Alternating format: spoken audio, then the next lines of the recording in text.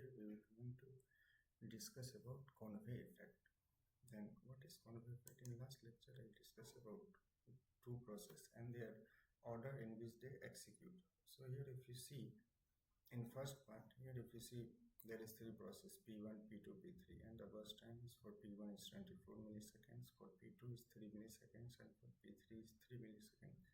So here if you see their average waiting time, so 0 plus 24 by 2 plus 27 and divided by 3, so it's 70 milliseconds. So here if you see P1 will first execute, after that P2 will execute and after that P3 will execute.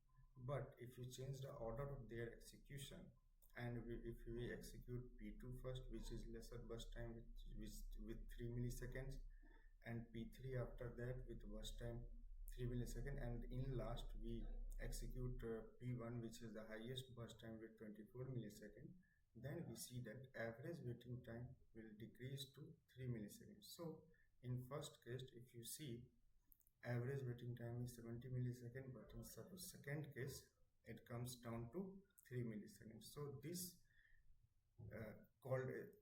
is called convey effect. So what is convey effect? So here if you see, when a process with bigger burst time get a chance to execute first and the process with shorter burst time comes after that, then what happened? The average waiting time of the whole process will be increased. So this is called convey effect. So this is a bigger problem which comes under FCFS. So here if you see the average waiting time is increasing.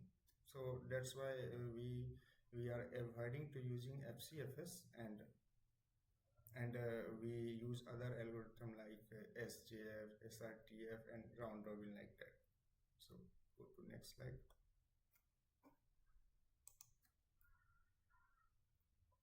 So here there is some theoretical part about convey effect.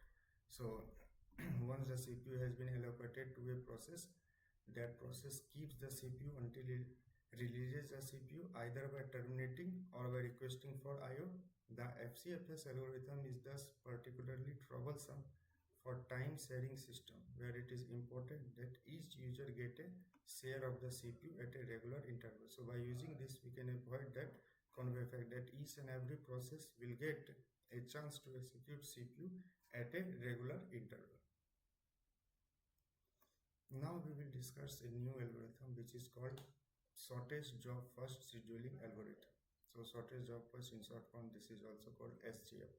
So SJF scheduling algorithm associates with each process the length of the process next CPU burst. So here for SJF there is a need that we must know what is burst time of a process in advance.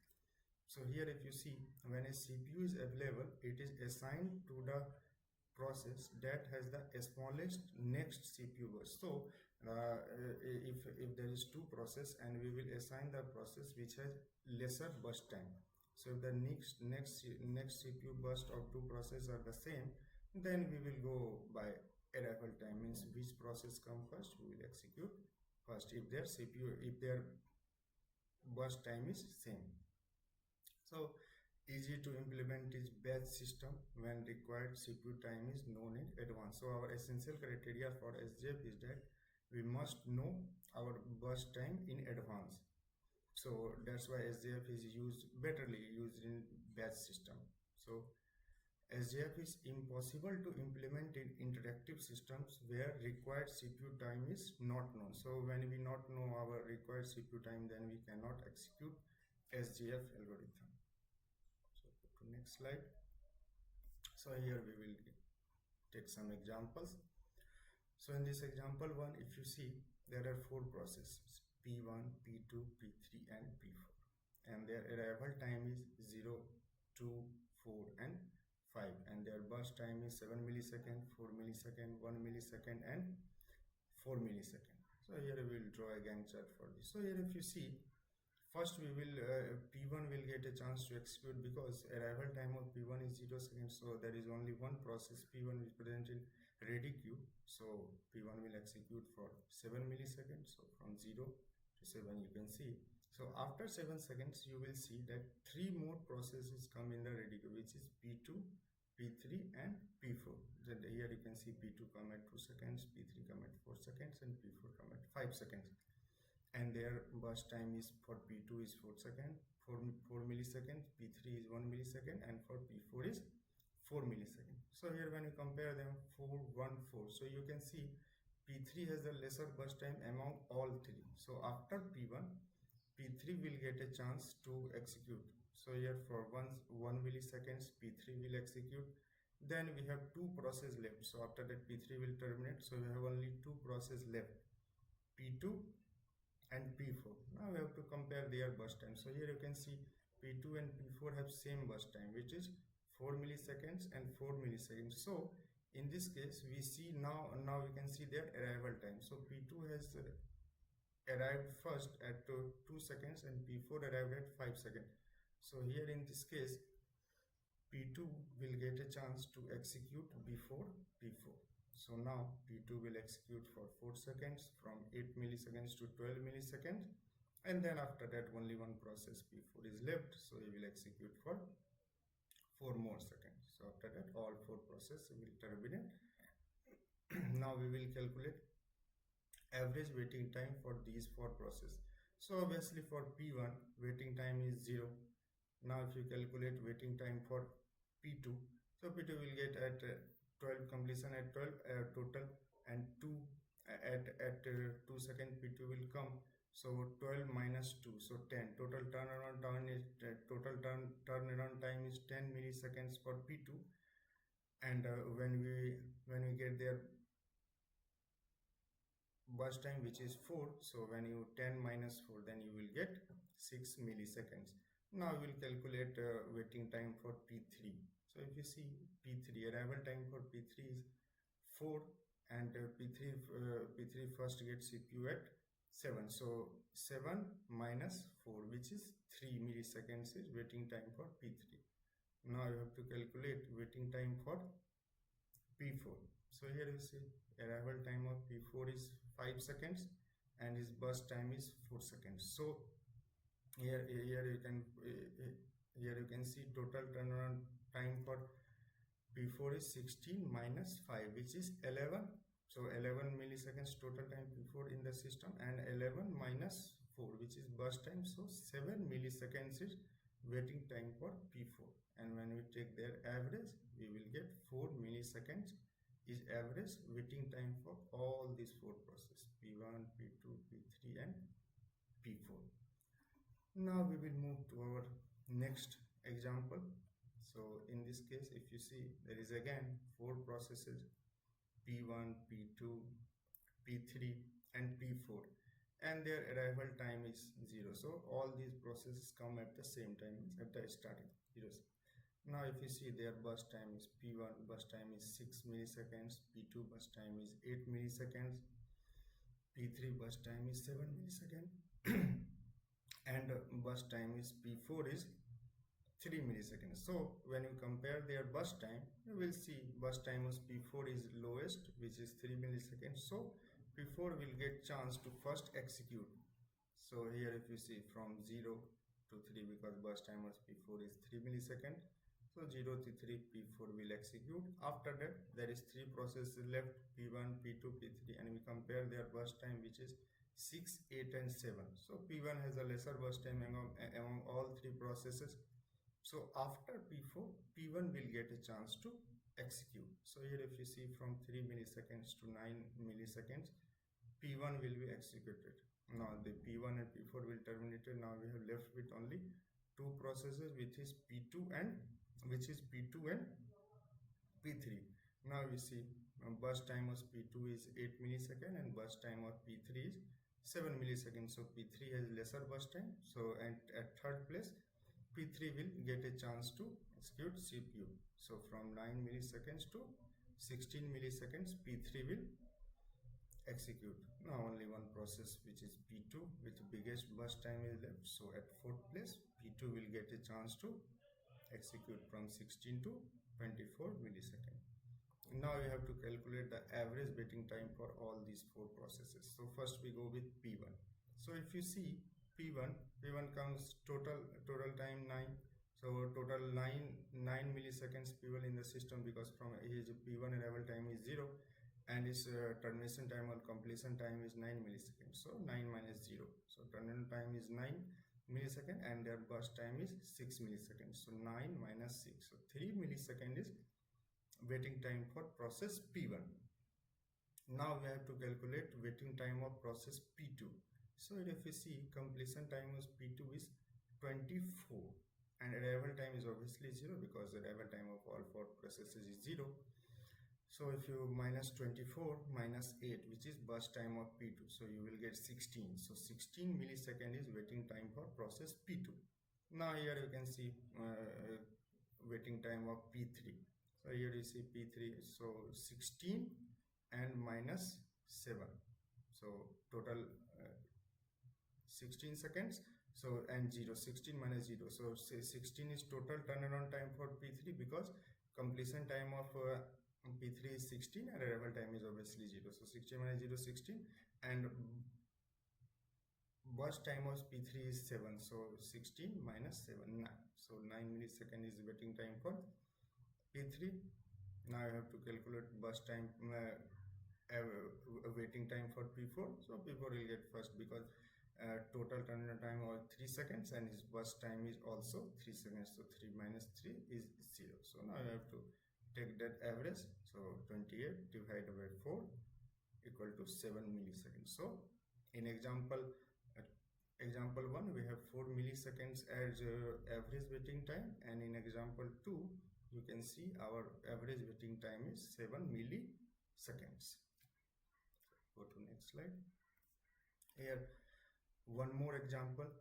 So the SJF algorithm can be either preemptive or non-preemptive. So you know preemptive is a process which we can preempt in middle, and non-preemptive is a process or scheduling algorithm which if you start executing it, then you have to execute it till its completion.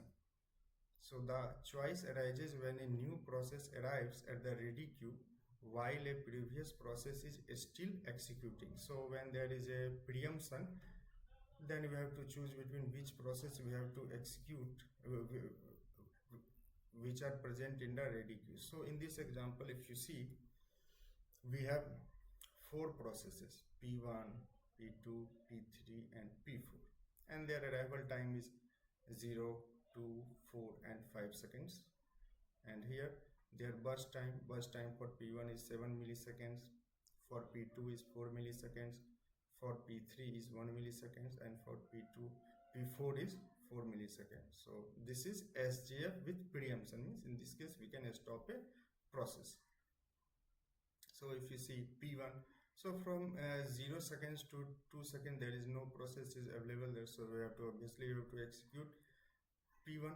So from 0 to 2 seconds P1 will execute, but after that what happened, at 2 seconds process P2 will come. So from 2 milliseconds to 4 milliseconds P2 will execute. Then now we will see the remaining burst time for P1 is 7 minus 2, which is 5 milliseconds, and for P2 is remaining burst time is 4 minus 2, which is 2 milliseconds. Now at 4 milliseconds again one more new process P3 will come to ready queue with a burst time of 1, which is lesser than 5 and 2, which is remaining burst time of process P1 and P2. So again at third place P3 will get a chance to execute for 1 milliseconds. Now at 5 we have one more process P4 is come with burst time 4. Now if you see, P1 has a remaining burst time 5, P2 with a remaining burst time 2, and P4 comes with a burst time 4. So in this case, if you see, P2 has the lesser burst time among all 3 available processes. So after completion of P3, P2 will get a chance to execute. Now P2 will start from 5 milliseconds and go till 7 milliseconds. So for next 2 milliseconds P2 will execute. Now again P4 has a burst time 4 and P1 has a burst time 5, which is remaining because P1 execute for 2 millisecond at first place. So here again after P2, after completion of P2, P4 will get a chance to execute for next 4 millisecond, and in last obviously only P1 is left there, so P1 will execute for next 5 milliseconds. Now we have to calculate their average waiting time. So in first place you have to calculate waiting time for P1, which is here you can see 9 milliseconds. So in this case if you see completion time P1 is 16 and his arrival time is 0, so total 16 milliseconds P1 is there in the system, so 16, and his burst time is 7, so 16 minus 7, 9 millisecond is waiting time for process P1. And after have to calculate for process P2. So first you have to see arrival time of P2, which is 2 milliseconds, and completion time of P2 is 7. So total time is present in the system for P2 is 5 millisecond, and burst time of P2 is 4. So when you when you subtract 5 minus 4, then you will get 1. So 1 millisecond is the waiting time for process P2. Again we have to done same thing for P3. So here if you see arrival time of P3 is 4 milliseconds, and completion time of P3 is 5. So 5 minus 4, total 1 milliseconds P3 is present in the system, and burst time is also 1. So 1 minus 1, so waiting time for P3 is 0. Now we have to calculate waiting time for P4. Arrival time of P4 is 5 and completion time of P4 is 11. So 11 minus 5, total 6 milliseconds P4 is present in the system, and burst time was P4 is 4 milliseconds. So you have to subtract 6 minus 4 and you will get 2. So in this case waiting time for P4 is 2. I have to add them, 9 plus 1 10 plus 2 12, and for getting average we have to divide them by 4. So 12 divided by 4 equal to 3. So 3 millisecond is the average waiting time for all these 4 processes P1, P2, P3 and P4. Now we will see preemptive SJF scheduling is sometimes called shortest remaining time for scheduling, which is called SRTF. So when we can preempt a SJF algorithm, then this is also called shortest remaining time first. So in this case we calculate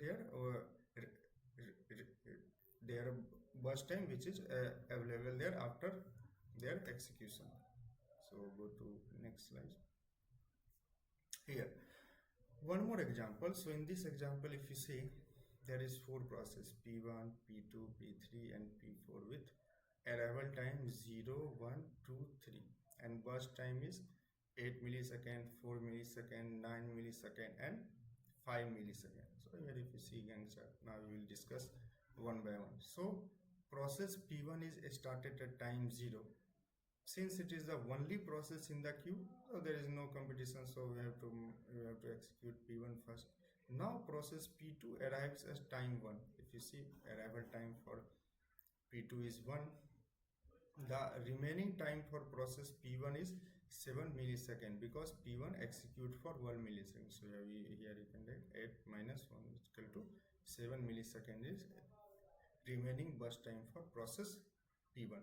So P1 7 milliseconds is larger than the time required by process P2, which is here you can see, which is 4 millisecond. So process P1 is preempted, means stopped, and process P2 is scheduled.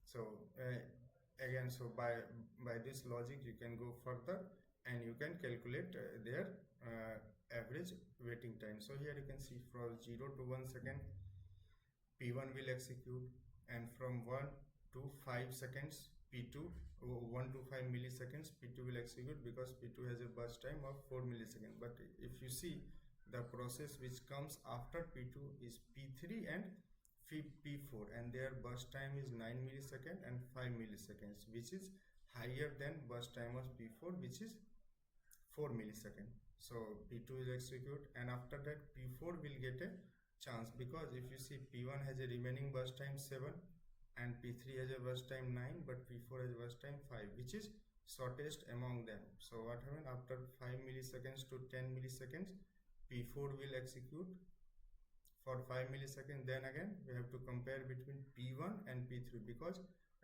P1 and P3 because P2 and P4 will be terminated after completed their execution. So now P1 has a remaining burst time of 7 milliseconds and P3 has a burst time of 9. So P1 is lesser. So after P4, P1 will get a chance to execute from 10 milliseconds to 70 milliseconds, and then P3 will execute in the last for 9 milliseconds. So in this case, if you have to calculate their waiting time, so there is 10 minus 1, because if you see for P1, if you see for P1, arrival time is 0 and completion time of P1 is 17. So 17 minus 0, total 17 milliseconds P1 present in the system, and their burst time is 8. So 17 minus 8, so you will get here 9. 10 minus 1 is equal to 9. For P2 it is 0, for P3 it is 15, and for P4 it is 2. When you add them and divide it by 4, then you will get 6.5 milliseconds is the average waiting time for this shortest remaining time first algorithm. So a non-preemptive SGF solution built.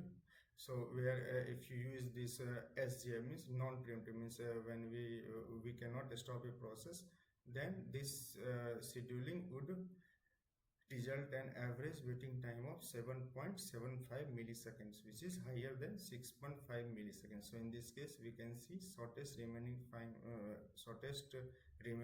first algorithm is better than SGF algorithm when we compare them on the basis of average waiting time. So now our lecture is end. So in next lecture we will discuss further about SRTF.